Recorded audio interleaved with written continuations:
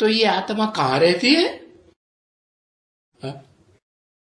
ये भ्रकुटी की मध्य में रहती है? और जिस आत्मा से तुम्हें आत्मा बन के बात करना है, तो ये आत्मा कहाँ रहती अरे बताओ जल्दी, ये एक अक्षर है? अच्छा, हमेशा रहती है?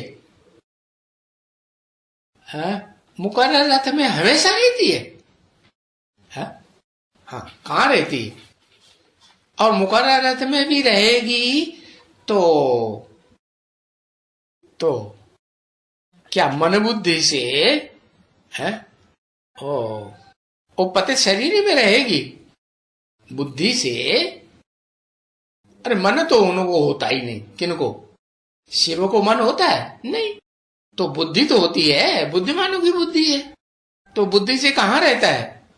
हमेशा समझो इसी में कल्याण है, कि इसी में रहता है। माना 100 साल नहीं रहता है, वो 5000 साल इसी में रहता है। ऐसे समझो, ऐसे समझे? हाँ, वो परमधाम में रहता है। जैसे तुम्हारी आत्मा भ्रकुटी की मध्य में ललाट में रहती है, ऐसे बाप कहाँ रहता है? परमधाम में रहता है। तो उसका भी तो मालूम होना चाहिए ना, याद रहना चाहिए ना। क्या? मना सिर्फ आत्मा को आत्मा के रूप में ही नहीं देखना है। कहाँ देखना? कहीं ठहरेगी कि नहीं? तो कहाँ ठहरेगी? परमधाम में। वाह! तो ये टेव रखनी अच्छी है। क्या अभ्यास रखना? कि हम आत्मा सुप्रीम सोल से बात कर रहे हैं, अपन को आत्मा समझ करके, और सुप्रीम सोल कहाँ बैठा है? हा? अरे वो सदाकाल कहाँ का वासी है? सदाकाल परमधाम का वासी है। हाँ, तो ये टेव अच्छी रहना चाहिए, क्योंकि इनसे तुम्हारा देहभान टूट जाएगा। क्या? वो परमधाम में तो कोई देह होती है क्या? होती नहीं होती।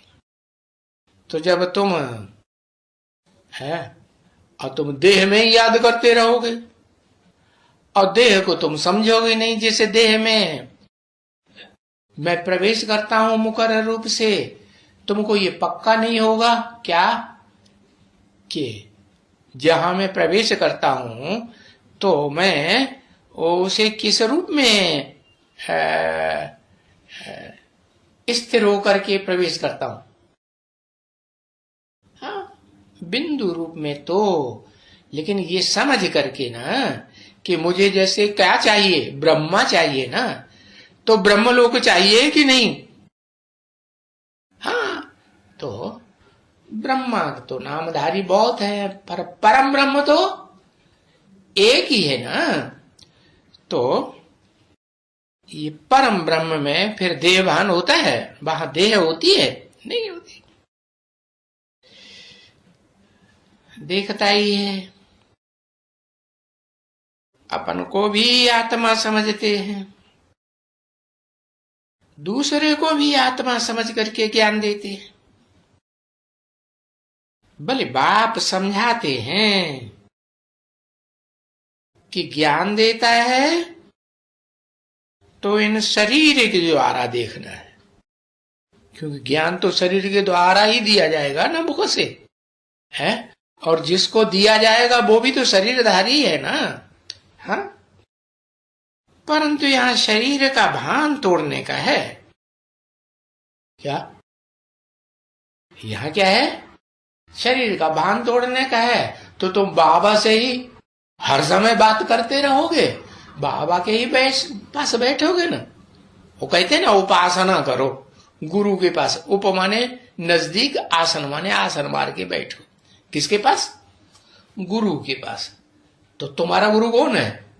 अरे वो गुरु तो झूठे हैं, ये तो तुम्हारा सच्चा गुरु है ना। तो उसके पास बैठेंगे तो देह याद नहीं रहनी चाहिए। क्या याद रहनी चाहिए? परम ब्रह्म। कहां बैठे हैं बाबा? हैं? परम ब्रह्म में बैठे। तो ये शरीर का भान तोड़ देने का है ना, क्योंकि